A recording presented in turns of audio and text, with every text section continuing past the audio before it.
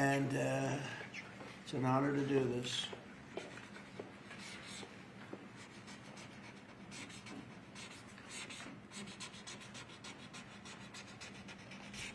That's a good one. We rate that.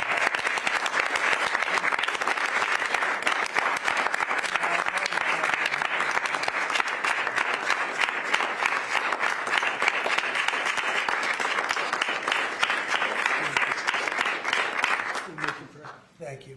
Thank you very much, everybody. Any questions, please? Mr. President, Yes. a health-related question on your health care plan. You've said you want to make direct payments to Americans, but these Obamacare subsidies are expiring now in a matter of just a few days. More than 20 million Americans are now bracing for their premiums to skyrocket. Are you going to let this happen, or will you intervene? Yeah, they will skyrocket because it was never any good. I'd like to see the money that is going to the insurance companies by the hundreds of billions of dollars. You know, their stocks are up 1,400%, 1,800%, and 1,624%. Their stocks are up through the roof over a fairly short period of time because they're getting vast amounts of money. I want that money to go to the people directly and let the people buy their own health care. And they'll get much better health care than they get with the Unaffordable Care Act, as it's known by a lot of people. It is virtually unaffordable for people. It's a bad thing. We can have a great thing. Let the money go directly to the people and let them buy their own health care. But this is an urgent problem, Mr. President. Is there anything you can do now, Mr. President? Can I answer, Mr. This President? is going to be right now, as far as I'm concerned. Go ahead. We just got data today. We have federal exchanges where people come shopping for the ACA. And the President hasn't heard this yet, but we've talked to the team. The percentage change from last year was down 2.7 to 2.8%. Not the massive numbers that have been predicted. And there's many possible reasons for this. But right now, Americans are signing up for these programs, despite all the things that have been going on. 2.8% is a tiny fraction of what many had claimed would happen. And I think it speaks to the fact the American people appreciate these ACA plans are already subsidized over 80%. So it's a good deal, even if you don't get the extra 15, 20%. It's a great solution to much better health care at a much lower cost. Yeah, please. But do you want Congress to extend these ACA subsidies? Well, I'd like not to be able to do it. I'd like to get right into this and not ask Oz this question in particular, but I'd like to see us get right into this. I don't know why we have to extend. This could be done rapidly if the Democrats would come along. We have a problem. The insurance companies own the Democrat Party. They own it. And the Democrats having a hard time. They give a lot of money to the Democrats. Very little money to Republicans, by the way. A lot of money to Democrats. And they're going to have to decide, do they want to do the right thing or do they want to be beholden to the insurance companies? They're making a fortune. I want the money to go to the people. Go ahead, Oz. How would you say that? I agree with the President. We have some ideas out there. Congress is working through some concepts. But I just want to emphasize that the ACAs are not imploding based on the data we just received from the federal marketplace. This can go very quickly, actually.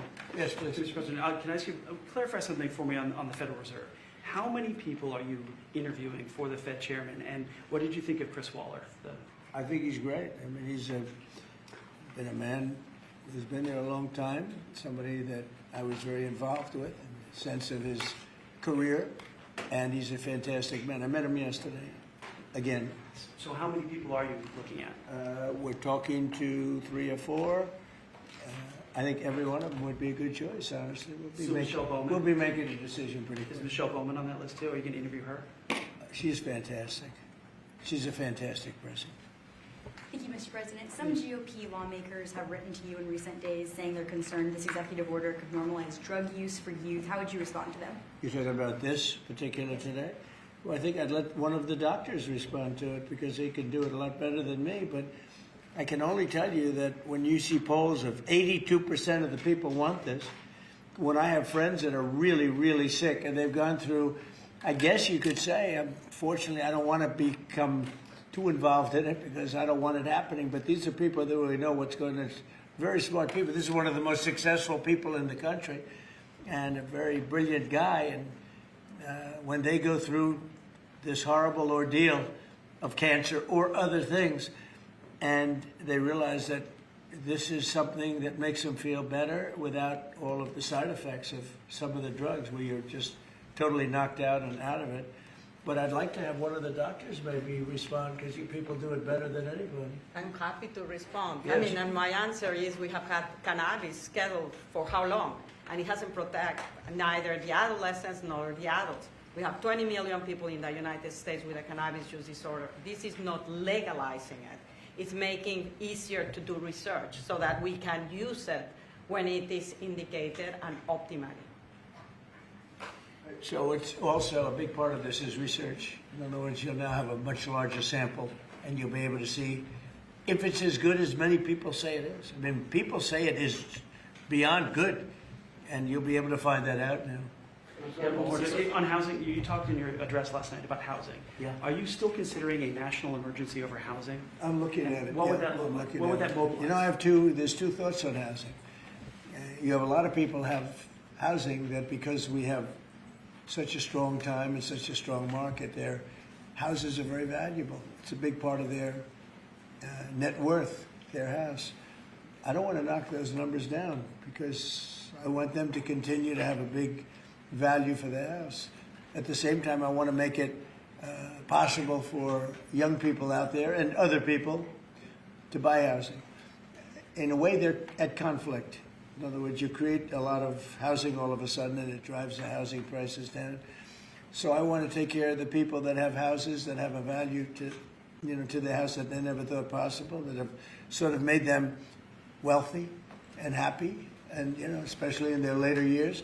Got to be careful with that. I want to keep them up. At the same time, I want to make it possible for people to go buy houses. Daniel, please. Mr. President, you announced the Warriors dividend Yeah. last night in your primetime speech. Very patriotic, very generous. What was the rationale and the thought process? How did you come up with the idea? What made you want to give back to Well, our the troops? 1776 was easy to come up with because we're actually at 1775. The number was 1775, and I said, wow, I think we can afford one more dollar. But they came up to me, it was $1,775. So I said, well, let's add a dollar to it. I think we can find that. And very simple, we've had a military that, in my opinion, by other presidents was not treated well. They're incredible. They're our finest people. They're protecting us. And because of tariffs, we're taking in billions and billions of dollars more than we ever have before, with no inflation, by the way, with no inflation. You saw the inflation numbers. They just came out today. What great timing. Practically no inflation. And yet we're taking in hundreds of billions of dollars. And this is small potatoes by comparison, but it's a way of taking care of our warriors, our soldiers. And I appreciate that question, Daniel. Yeah, and Caroline It was an Levitt easy posted- one. She just posted on X, your press secretary, that the board members of the Yeah. Kennedy Center voted unanimously to rename it the Trump Kennedy Center. What is your reaction to that? Well, I was honored by it. The board is a very distinguished board, most distinguished people in the country. And I was surprised by it. I was honored by it. We're saving the building. We saved the building. The building was in such bad shape, both physically, financially, and every other way. And now it's very solid, very strong. We have something going on television, I guess on the 23rd December. I think it's going to get very big ratings. And the Kennedy Center is really back strongly. It's in very bad shape, very, very bad shape physically. And we're also to get Congress to put up a lot of money and other people to put up a lot of money. We had a lot of donors come in for record-setting numbers. So we saved the Kennedy Center, and I was really, this was brought up by one of the very distinguished board members, and they voted on it. And there's a lot of board members, and they voted unanimously. So I was very honored by it. Thank you. Mr. President, will you be seeking any authorization from Congress for any land attacks on cartels in Venezuela? For anyone? For any land attacks on drug cartels in Venezuela? I wouldn't mind telling them, but it's not a big deal. I don't have to tell them; it's been proven. But I wouldn't mind at all. I just hope they wouldn't leak it. You have people leak it. They are politicians, and they leak like a sieve. But I'd have no problem doing that. On that, Mr. President, Yes, please. Mr. President, there's a meeting this weekend on Ukraine in Florida. What are you hoping will come out of that meeting? Well, they're getting close to something, but I hope Ukraine moves quickly. I hope Ukraine moves quickly because Russia's there. And, every time they take too much time, then Russia changes their mind. 27,000 soldiers were killed last month. Think of that. What do you think of that, doctors? 27,000, it's like a half a football stadium, were killed in 1 month. And it's that way. It's anywhere between 20 and 30,000, mostly soldiers, also some people from Kiev and other places. But largely, it's the soldiers. They're losing their lives. Nobody's ever seen anything like it. It's the worst since World War II. And, you've heard me say I settled 8 wars, some going on for 35 years, one going on for 37, one going on for 32. And 8 wars, and I thought this would be an easier one. This is because of the animosity, the hatred. It's a little bit more difficult than we thought. But there's a chance we can get this done maybe soon. Sir? Remember that 25 to 30,000 people being killed a month, young people being killed a month. Steve, please. When do you expect to make your announcement about the new Fed chair, sir? Before the end of the year? What do you think? Over the next couple of weeks. I mean, I don't know before the end of the year, but pretty soon. And then the Rocky Mount, North Carolina tomorrow night. Tell us what your message is going to be there, sir. Say what? When you go to Rocky Mount, North Carolina tomorrow night, what's your message going to be there? Well, it's not going to be that much different from what I did last night. I mean, we've had tremendous success. We're bringing prices down. We inherited a mess. And part of what we inherited was the worst inflation in 48 years. I say history, but we had the worst inflation. It drove prices up. And now we're bringing those prices down. But I'll be talking about that. I'll be talking about the fact that we secured the border where literally nobody can come into our country illegally anymore. They came in from prisons and mental institutions and drug dealers and, a lot of bad people from all over the world. Venezuela emptied their prisons into our country. We had Tren de Aragua, which supposedly, the doctors don't know this, it's the meanest gang of them all. Okay, doctor? You don't have to know about it. You got other problems. But they let a lot of bad people in here. And so I think I'll be talking about that. I think I'll be talking about the tremendous success we have by sending the National Guard into various cities. D.C. is the ultimate example. People walk to work and they thank me all the time. People in the White House, they just walk to the White House from 10 blocks away. Before I came into office, they couldn't do that. They were getting badly hurt in many cases and beyond hurt, killed. So we were losing people. We were losing, on average, a person a week. Can you believe it? More. And now we haven't lost anybody in a long time. I consider the 2 people that got so badly hurt, the National Guard, that's a different city. That was terrorism.